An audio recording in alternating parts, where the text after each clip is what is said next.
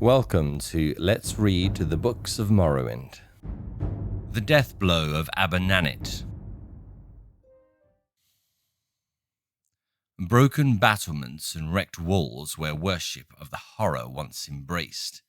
The bites of 50 winters, frost and wind have cracked and pitted the unholy gates and brought down the cruel, obscene spire.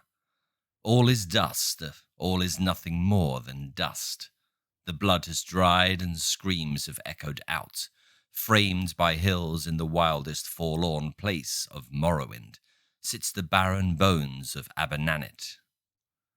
When thrice-blessed Rangadiel first saw Abernanit, it burnished silver bright with power and permanence. A dreadful place with dreadful men to guard it with fever-glassed eyes and strength through the horror. Rangadiel saw the foe's number was far greater than the few ordinators and buoyant armigers he led, watching from the hills above the field and castle of death. While it stood, it damned the souls of the people of Morrowind.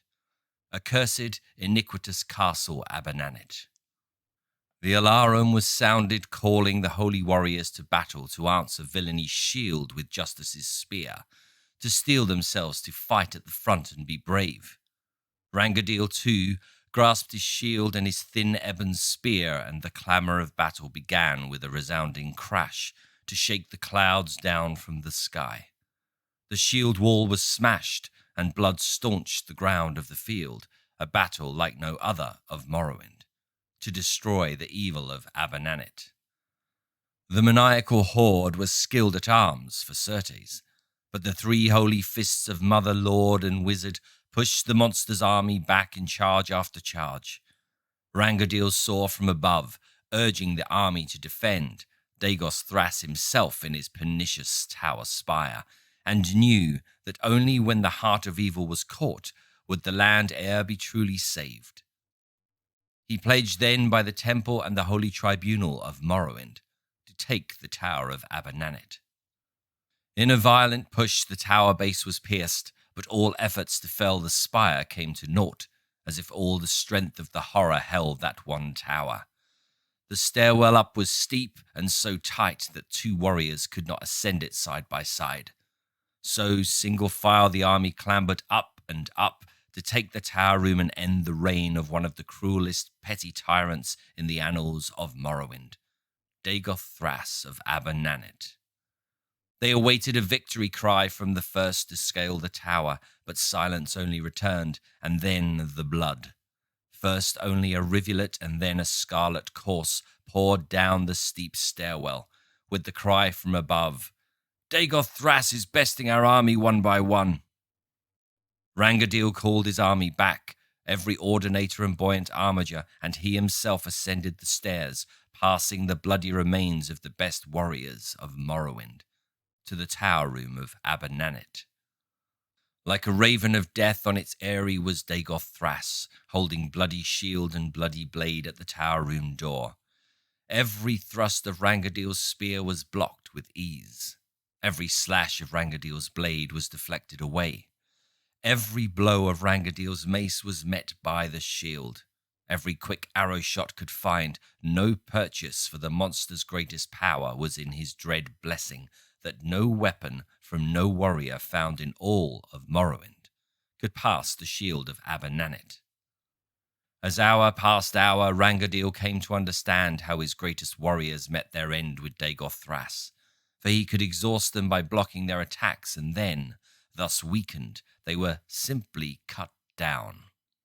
The villain was patient and skilled with the shield, and Rangadiel felt even his own mighty arms growing numb, while Dagos Thras anticipated and blocked each cut, and Rangadiel feared that without the blessing of the Divine Three of Morrowind, he'd die in the Tower of Abernanit.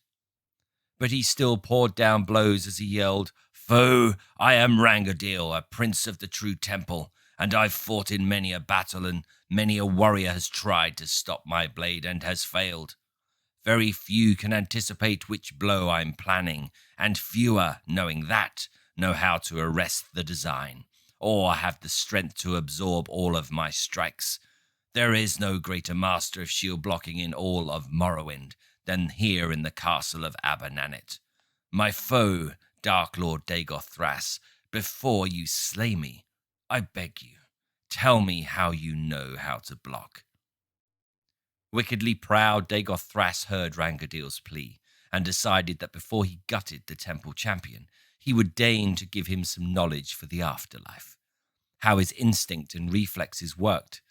And as he started to explain, he realized that he did not know how he did it, and watched, puzzled, as Rangadil delivered what the tales of Morrowind called the death blow of Abannanet.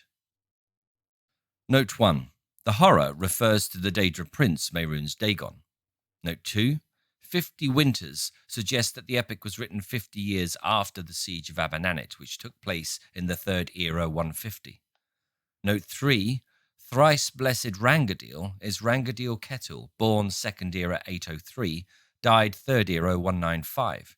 He was the commander of the Temple Ordinators and thrice blessed by being blessed by the Tribunal of Gods. Note 4. Mother, Lord, and Wizard refers to the tribunal of Almalexia, Vivec, and Sothosil. Note 5. Dagoth Thras was a powerful Daedra worshipper of unknown origin who declared himself the heir of the Sixth House, though there is little evidence he descended from the vanished family.